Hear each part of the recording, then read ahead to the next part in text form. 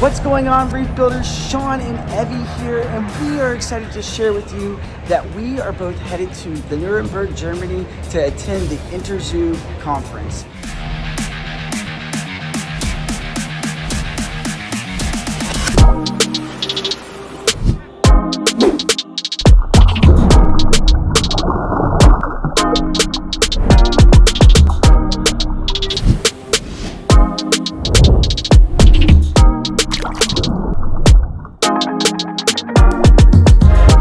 What's going on, Reef Builders? We are at our second stop here at InterZoo in Nuremberg, Germany, and I met Sam with Sci Reef. I've been watching his YouTube channel with Evie, and you got so much energy. What you're doing is so fun. Thank you so much. If you want more good content, you can go over to their channel, Sci Reef, on YouTube. Yeah, so we got the Sci Reef channel where we produce the YouTube videos together with Tropic. Yeah. So on the Tropic Marine channel, there's every week is a video. Yeah. Lots of product videos as well, but also about the Sci Reef and the Sci Reef videos we also have on our own channel. There you go. Yeah. Well, and on Instagram, it's like daily updates, what is happening. Yeah, it's great content to watch, very educational, and you work at the university, right? Yeah. And so you're actually a scientist, right? Yeah. And so really cool to get your content and education from an actual scientist. I can't say that I'm a scientist, so I hope you guys still love me though. So Sam, you've got your booth here at InterZoo, and you're exhibiting your Sci Reef brand inside the Tropic Marine booth because of the years of collaboration you've done with Tropic Marine, helping out with their products, them helping you out with what you're doing and your dreams.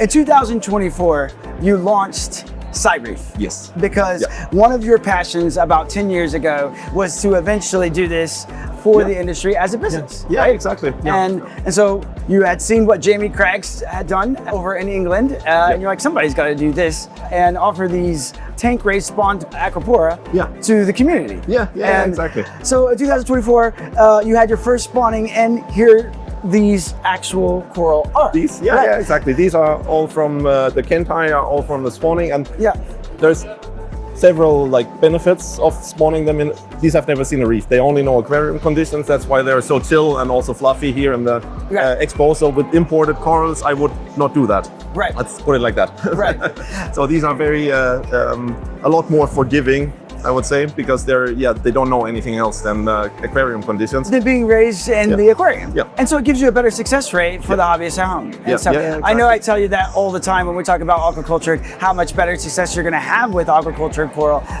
some tank raised fish and things like that. But I can't say it enough. And so, because coming from the ocean, these would be still trying to acclimate to their new conditions in the home aquarium. Moving around would just be very stressful. Transport stress. And then the next aspect is the genetic diversity. So if you have 100,000 fertilized eggs, is 100,000 individuals. They're all genetically different. So you get all the different colorations within one spawn. Right. So in the beginning, it's like a total black box. You don't know what is going to Did you bring the Acropora here? Evie was showing me yesterday that you actually have a chimera. Like this one here with the blue and the cream colored. There's a few, 4 of them we have here. So these are fused from different or several larvae. So in the beginning, when they settle next to each other and they grow and they touch, they don't fight. So they recognize, oh, that's not me, but it's the same species, and the immune system is not fully activated yet. So they can fuse, and once that fusion has happened, they stay friends for their life, basically. That's incredible, because there's been so much talk over what is actually going on there when you see grafted coral that ends up coming together and then growing a new color together. What's going on there? Being a scientist, there's a lot going on actually. So generally the chimera. So there's different types of these somatic mutation, during the cell division, and there can be genetic mutations, and suddenly often in millipora you have green patches suddenly because they start to produce more of the green fluorescent protein. But what we have here is different individuals. Right. So if you would do a genetic testing of the blue side and then of the cream colored side, you would find out it's 2 different individuals. But because they were young enough to fuse, they became best friends. Yeah, epigenetically they don't fight, so they cooperate. So when you have this right side and the left side, these are 2 different genetic strands of coral, right? Yeah. But they've learned to live in harmony right next to each other. What is the genetic look of when you see that create a third color? What does that genetic look like? Gene look like? Yeah, that's a very good question. That probably is one of these somatic mutations. Then, if there is a third color emerging, but yeah, in detail, it's a pretty. We're still trying to figure it out. Okay. Sometimes you have some of the even within one corallite, like the top corallite in the center is one side is cream colored, one side is blue. Right. And you get that swirl effect, and then you have a mix of these different genetics even within one polyp. Right. Yeah.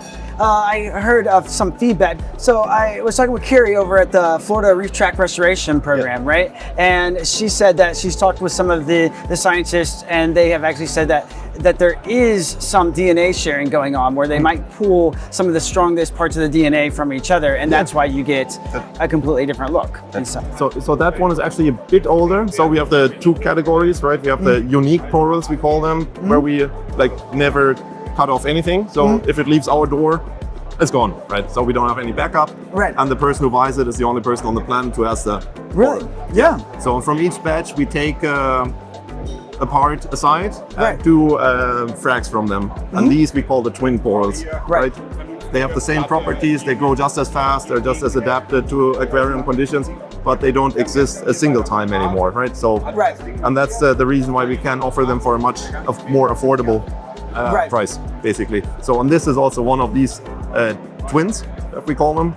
Okay. And we're also now branching out into like chimeric corals of that sort.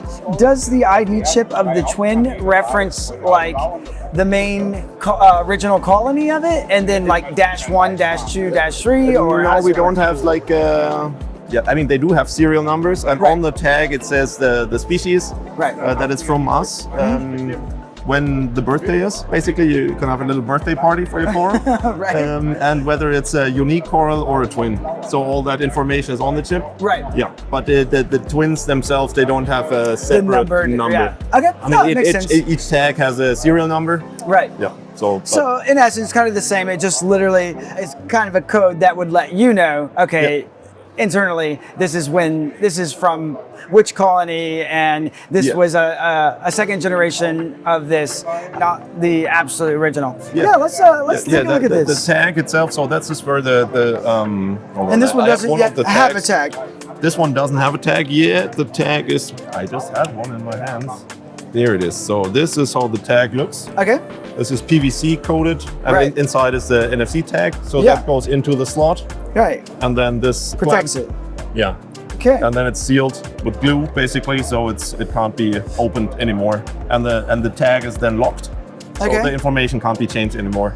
We're also working on our own app that we already use internally. And so how do you get the information out of there once it's in there? You can basically, any somewhat modern smartphone can read it. Can read it. Yeah. So you have to know where you're. Oh wow. So this is now from a Nasuta tag.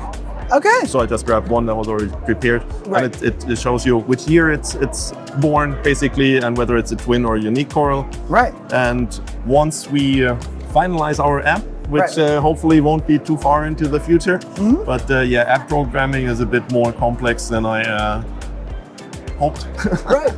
Well, sometimes these things get complicated, right? Yeah, it escalated a bit, but no, it's going to be great, because then you can do your own little album. Basically, you can scan the coral, you take a picture, save it, and then half a year later you can take another picture and see how the coral is developing. And load it in there. Yeah. And we can put in like here tips: what kind of salt do we use? What kind of lights? What schedule? What do they like? What don't they like? What should you watch out for? And something like even as you evolve into your understanding, you can add those to that coral's profile. Yeah. That's awesome. And all tags already have the connection to the app. Right. So the app is not released yet, but once it is released, then all the corals that are out there yet can be accessed through the app as well.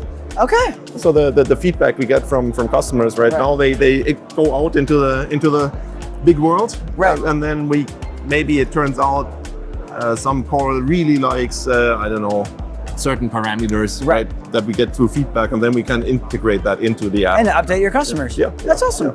Okay, now tell me about what you got going on here in this far left row. This is awesome. Yeah, I'll let you do the honors. Explain to me what you have here. So I mean, acros are great, right? Yeah. But acros are not the only coral group that is amazing and fantastic. And desired. And desired, yeah, exactly. So now we're branching out into the LPS as well, and had the first go with the Trachyphilia last year. And these are the offspring from this first Trachyphilia spawning. So these are all grown in Wilhelmshaven, Germany, from a single egg.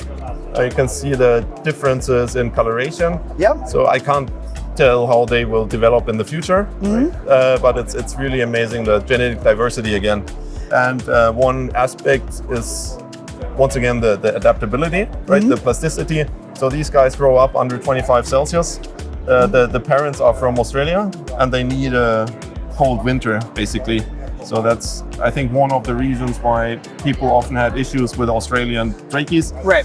Because if you keep them too warm for too long, then they're not going to like it. And so how do you successfully even do that in the home aquarium? Because not every other coral needs a cold winter. Yeah, right? Yeah, exactly. And so if these are completely adapted to the home aquarium and its needs, this is going to be entirely more successful for the at-home hobbyist. Yeah, and it's gives the hobbyist much more joy, right? If the coral is doing well, if it's growing well. It's very devastating when we lose a coral. Yeah, exactly. We have a bad day. We turn into a very grumpy, depressed. That's exactly what happens. And now with the new regulations and who knows what the future brings in terms of like restrictions, right? So the whole supply chain is, I don't know how reliably it's going to be chaining in the future. It's best that we're prepared, and I'm glad that we are becoming a self-sustainable hobby, working towards that. I'm always for having self-sustainability, learning how to do it ourselves, and being prepared for that moment when government regulations by country will change, and that way we can keep our hobby going. And so, on the flip side, we create a European or American gene pool of these species, so these are in a thriving population in the hobby. So once, who knows what happens in the future. We can repopulate. We can use these to do restoration. Which is exactly what the Florida Reef Track Restoration Project in Cary over at the Florida Aquarium, she grows these Acropora there, and then they try to get it to go back into the ocean, and they even genetically enhance it, right? Make it more resistant to heat because it's getting hotter in that part of the ocean. And they've had some success in this adventure, right? And we'll be going back over there to talk to Cary soon. I want you to tell me, what do you have going on with the light here? Because it's been changing colors, but you're friends with Stefan, the one who makes the light. And tell me what you know about this light. So this is the new gravity LED. So the previous models, the like 2 prototypes before, we've been using in our facilities for quite a while now. So I met Stefan 2 InterZoos ago, and was really interested in his concept of the lighting, like with the whole setup, basically, also software and everything. So then shortly after InterZoo 22, he visited us and brought over a lamp for us to test, to play around with. So we did that for like half a year. And I was like, oh, that's a really neat lamp. Or a really neat light. Do you use them in your facility now? Yeah. All his lighting? Almost exclusively his lighting. We have a few other ones, but mostly it's all. And you're enjoying everything you're getting out of the light. And the nice thing is they're completely waterproof, so I could take that now and dump it in and drop the water. it in. And it wouldn't matter. He didn't tell us that yesterday. Did he tell us that, Evie? That it's completely waterproof? Yeah, it's the technology is really neat. So you got the aluminum, and then it's like actual glass. And under a vacuum with a certain, I don't know what kind of glue material it is. So the LED panel is connected with a glass under vacuum, so there's no oxygen in there, so it doesn't oxidize. And it's fully waterproof, and it's also for maintenance. It's nice. Just with the active vents, the fans, right? Then they suck in all the dust and salt particles, and you have to clean them. And then if you have if you have a hobby, like a home tank with like 3 lights, that's manageable. But if you have like 80 of them, you clean them, and once you're done with the last one, you can start with the first one again. But with these, you take like every couple of months, you take a wet towel and done. It's tilting. Like the joint, right? It's like a shoulder. You can then put it in any direction, which is really neat. Well, back to Sci Reef. What else should the reef builders know about Sci Reef? We're currently working with our authorities to expand beyond the European market. So within the EU, we can just create them. Right. So we I would say we set up a document, like a certificate, that these are grown from us. Right. With a CITES number of the parents. Right.